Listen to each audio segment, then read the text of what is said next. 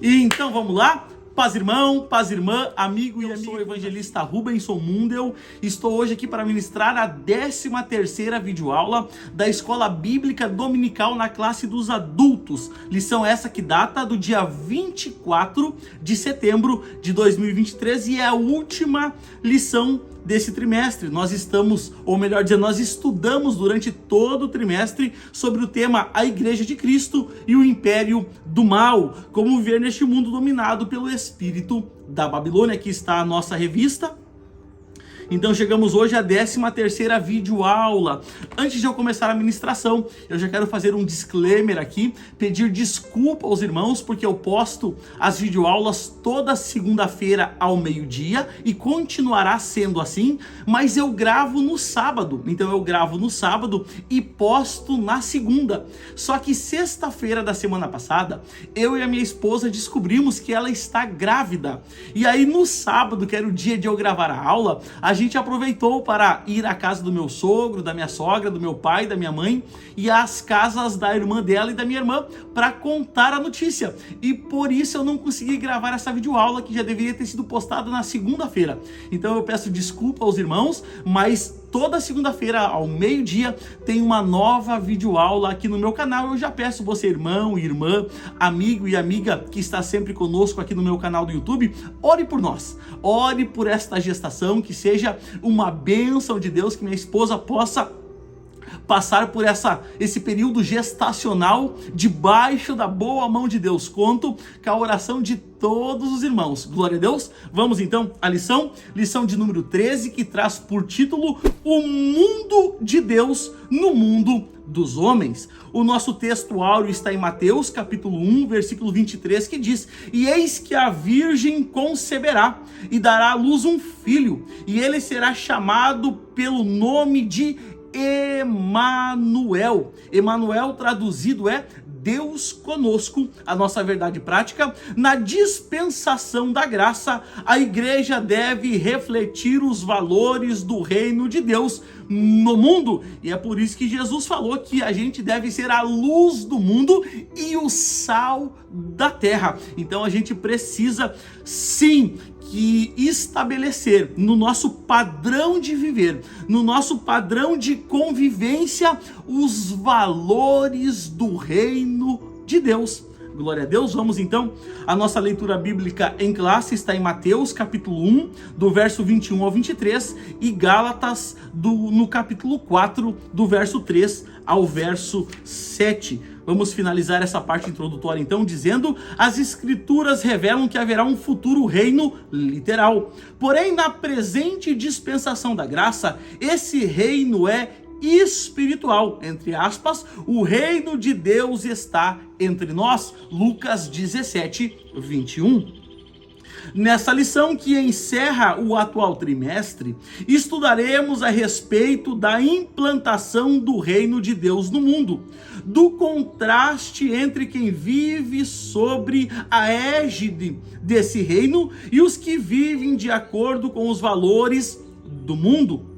Assim, o propósito é lembrar como Deus age para habitar conosco e reforçar que, embora vivamos grandes desafios, o reino de Deus permanece agindo no mundo por meio da Igreja do Deus vivo. E uma palavra ou um texto interessante nesse momento está em Tiago, capítulo 4, versículo 4, fazendo essa separação entre quem vive uma vida piedosa, temente a Deus, e quem vive deliberadamente no mundo. Tiago, capítulo 4, versículo 4, vai dizer: infiéis, não sabeis que a amizade do mundo é inimizade contra Deus? Portanto, qualquer que quiser ser amigo do mundo, constitui-se inimigo de Deus. Então já está aí a nossa parte introdutória. Como sempre, eu procuro trazer aqui a os tópicos da nossa revista de uma forma clara, prática, objetiva. E eu te peço, você que está sempre aqui comigo, toda semana você está aqui no canal do YouTube juntamente comigo, confira se você já é inscrito aqui no meu canal do YouTube. Se você porventura não for, se inscreva, toque no sininho, ative o sininho para receber todas as notificações e deixe um comentário abaixo dessa videoaula. Você que está chegando agora, quem sabe pela primeira, pela segunda vez, quem sabe você estava procurando pela lição de número 13 desse trimestre e caiu aqui no meu canal do YouTube sem procurar, mas caiu por uma busca no YouTube. Eu te peço, segure a tua mãozinha, não precisa deixar o teu like, não precisa comentar essa videoaula. Eu vou te pedir só uma coisa: assiste essa videoaula até o final. E se alguma coisa que eu disser, se alguma coisa que eu ministrar abençoar a tua vida, a tua casa, a tua família, se eu trazer aqui algum conhecimento que você ainda não tinha, então no final dessa videoaula você considera se inscrever aqui no meu canal. Glória a Deus!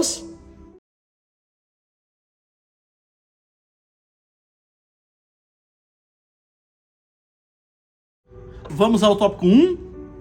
Tópico 1, o reino de Deus no mundo. O tópico 1 tem 3 subtópicos. O primeiro deles, a encarnação de Cristo. Mateus assevera que a profecia messiânica se cumpriu no nascimento de Jesus.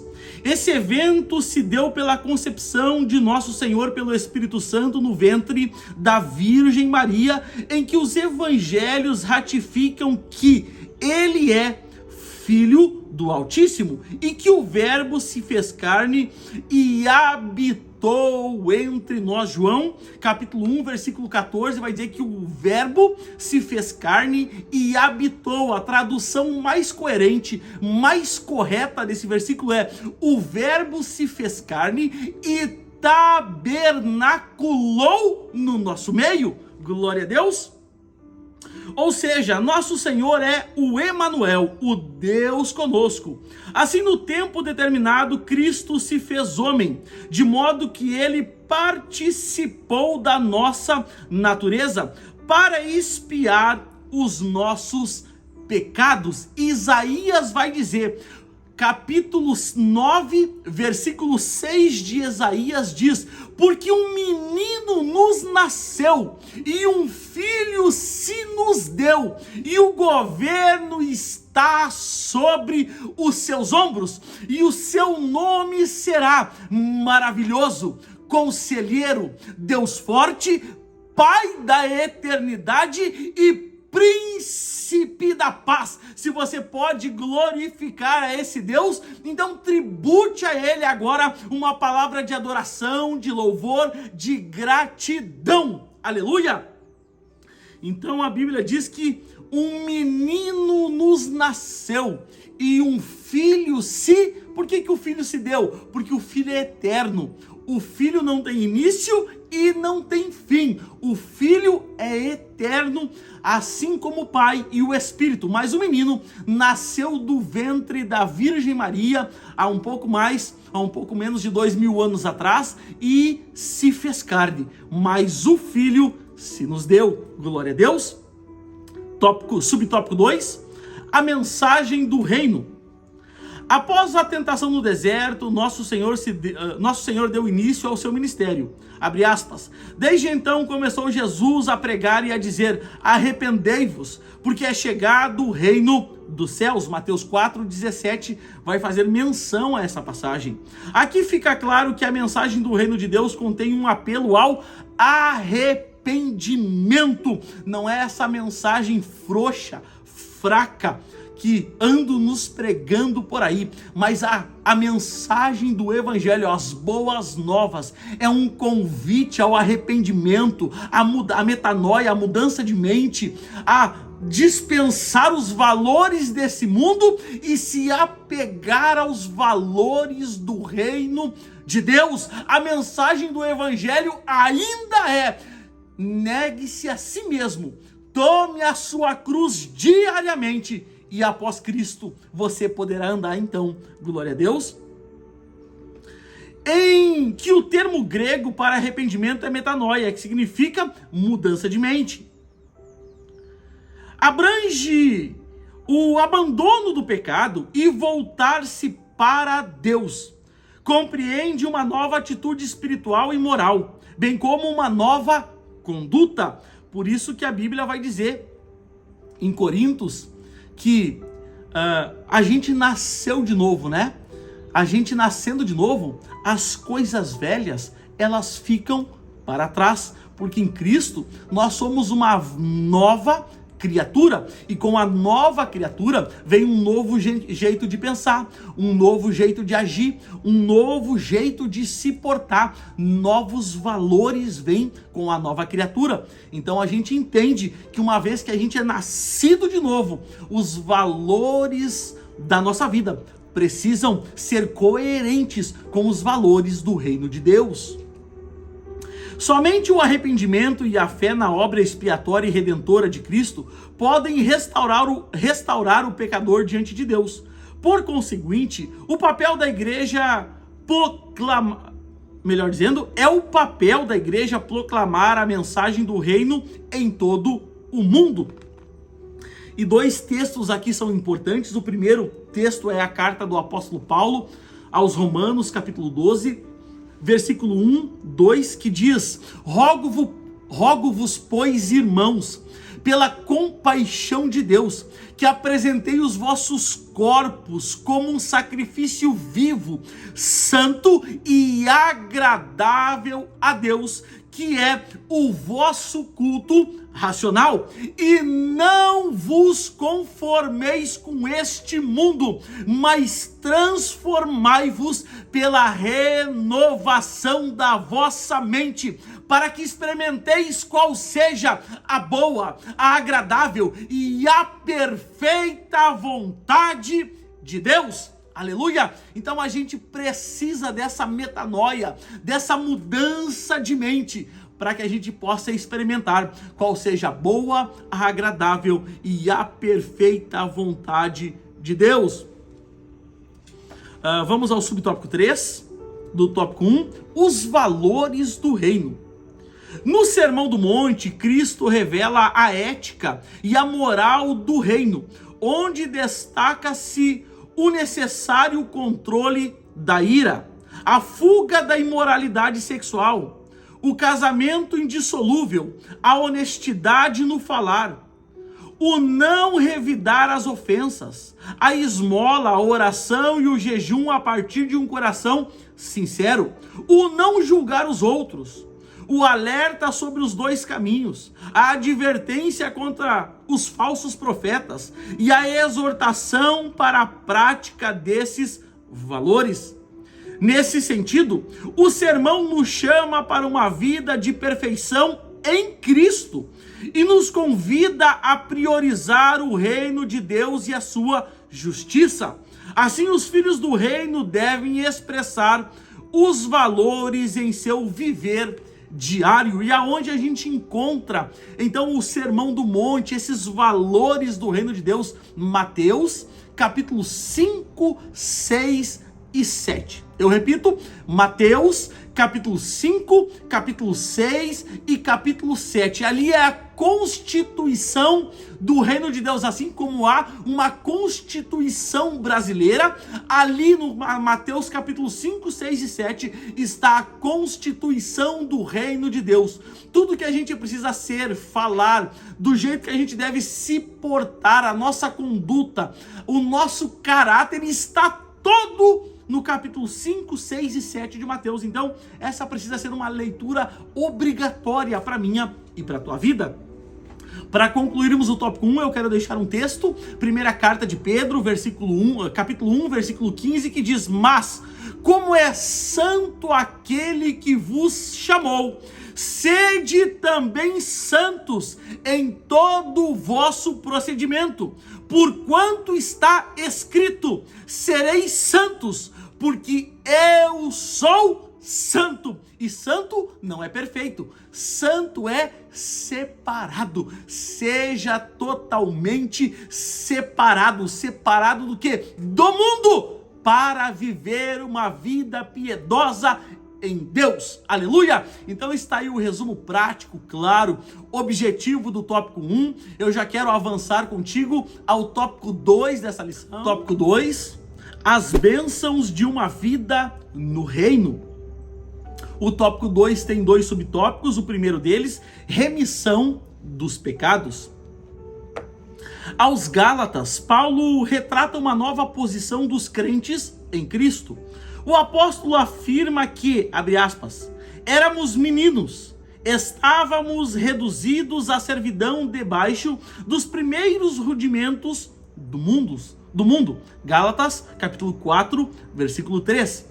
Isso quer dizer que, antes do evangelho do reino, a percepção espiritual tanto de judeus quanto de gregos era limitada, legalista e supersticiosa. Entretanto, no tempo assinalado, abre aspas, Deus enviou o seu filho nascido de mulher, nascido sob a lei, para remir a humanidade da escravidão do pecado.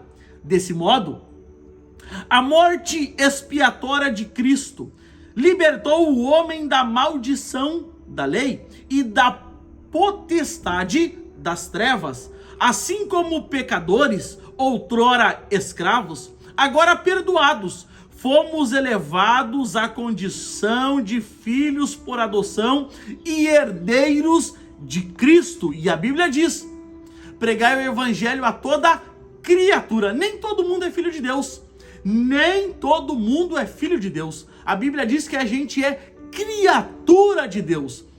Pregai o evangelho a toda criatura. E como é que eu faço para ser filho? João capítulo 1, versículo 12. Todos quanto o receberam, deu-lhes o direito, o poder de serem feitos filhos de Deus. E a Bíblia diz que pelo primeiro Adão entrou o pecado no mundo, e pelo pecado a morte a condenação. Mas a Bíblia vai dizer que não pelo segundo, pelo último Adão, que é Jesus, veio a vida, o perdão, a remissão, e ele é a nossa ponte para Deus. Ele se fez pecado no nosso lugar, subiu no madeiro e morreu a nossa morte para que eu e você pudéssemos viver a sua vida. Aleluia! Você pode bem dizer o nome do Senhor? Segunda carta de Paulo aos Coríntios, capítulo 5, versículo 17, diz, portanto, se alguém está em Cristo, nova criatura é. As coisas velhas passaram e eis que tudo se fez novo. Você pode glorificar a Deus por essa palavra. Vamos avançando ao subtópico 2, adotados e herdeiros de Cristo. Noutro tempo, éramos estranhos e inimigos, mas agora somos filhos, reconciliados em Cristo. Deus concedeu aos filhos a dádiva de um novo nome e uma nova imagem, a imagem de Cristo. Como resultado de nossa adoção, agora como filhos, somos também herdeiros de Deus por Cristo. Nessa herança estão inclusas as promessas a Abraão e a vida eterna. Ao ser aceitos, fomos transformados em filhos para o seu louvor e para a sua glória. O propósito da remissão de pecados, a filiação e a herança não tem outro alvo senão louvar e glorificar a Deus. Portanto, a igreja nunca terá glória em si mesma. Toda a glória é exclusivamente tributada para Deus por intermédio da obra de Cristo. Assim, a igreja é o campo onde se exterioriza o reino de Deus aqui nesse mundo. E eu quero concluir o tópico 2 citando um texto para ti, ou melhor dizendo, lendo um texto para ti, que está em Isaías, capítulo 53, do verso 1 ao verso 5. Acompanhe comigo, abra a sua Bíblia, anote a referência. Livro do profeta Isaías, capítulo 23, versículo 1 diz: quem deu crédito à nossa pregação e a quem se manifestou o braço do Senhor? Pois foi crescendo como renovo perante ele, e como raiz que sai da terra seca, não tinha formosura nem beleza, e quando olhávamos para ele, nenhuma beleza víamos, para que o desejássemos. Era desprezado, rejeitado dos homens, homem de dores, experimentado nos sofrimentos, e como um de quem os homens escondiam o rosto, era desprezado, e não fizemos dele caso algum.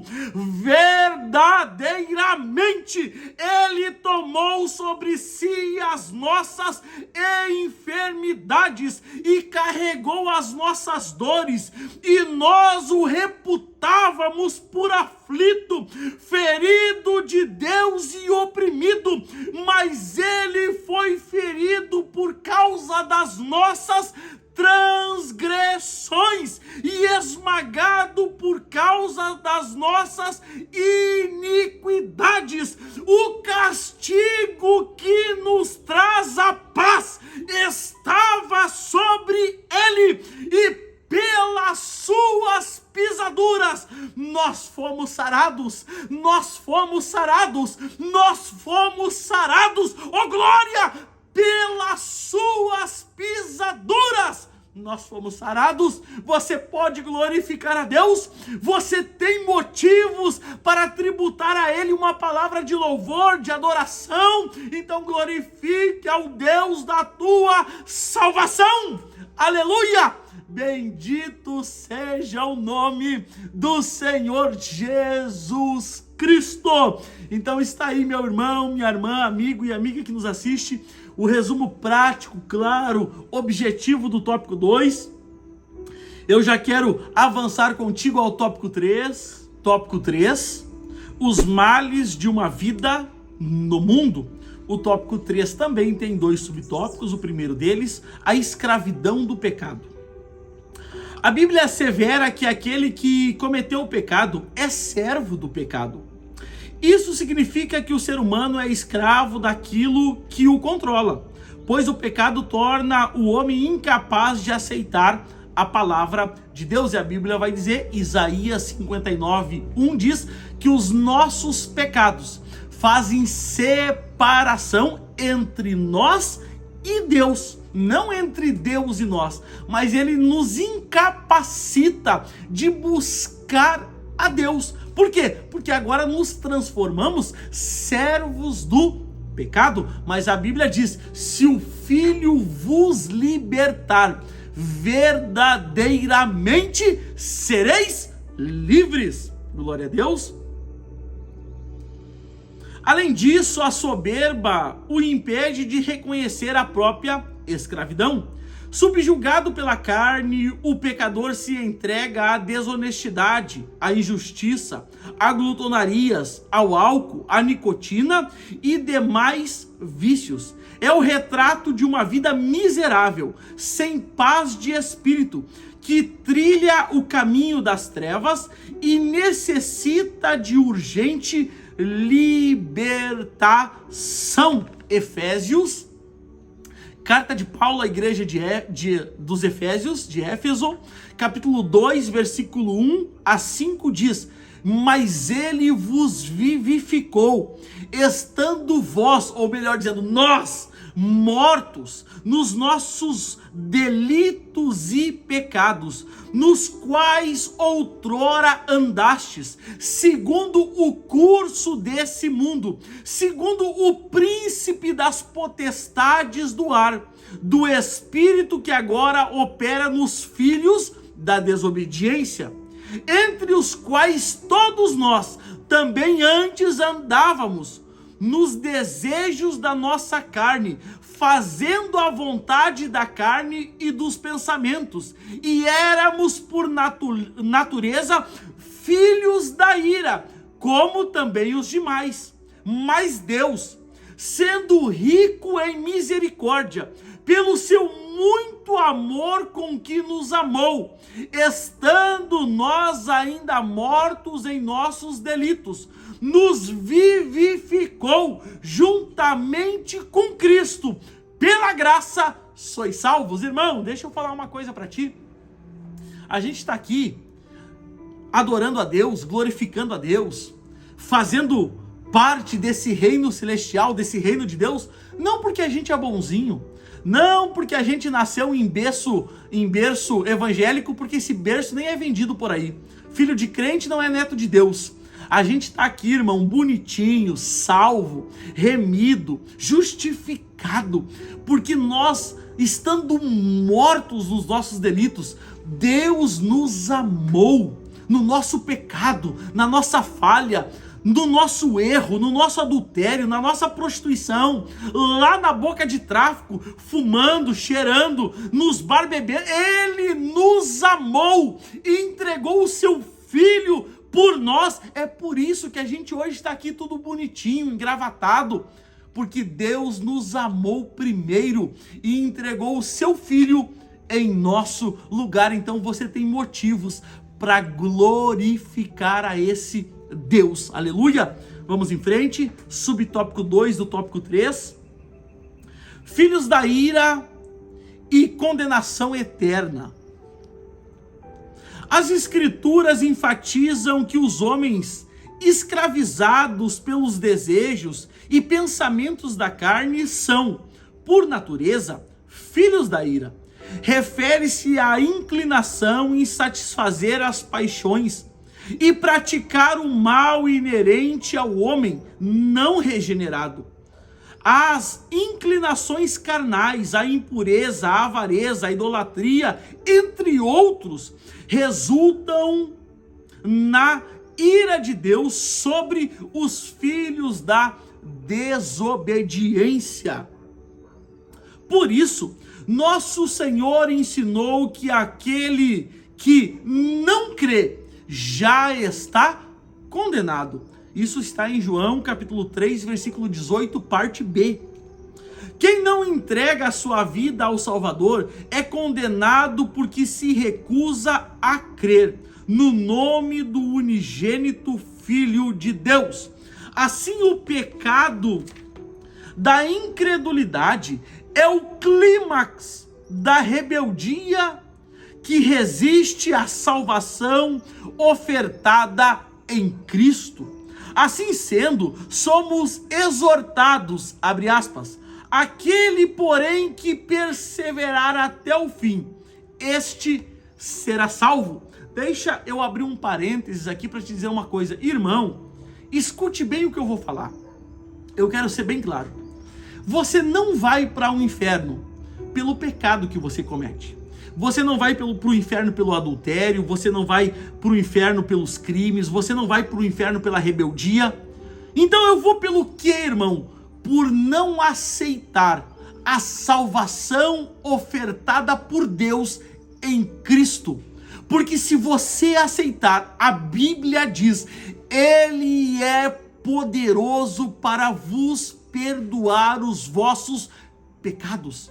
Por isso que a Bíblia diz, Romanos capítulo 10, versículo 9, se com tua boca confessar e com o teu coração crer que Ele é o Filho de Deus e que Deus o ressuscitou dentre os mortos, será salvo. A Bíblia diz, aquele que crer e for batizado será salvo. Então o que nos leva a uma condenação é rejeitar um tão grande sacrifício feito por Cristo na cruz do Calvário.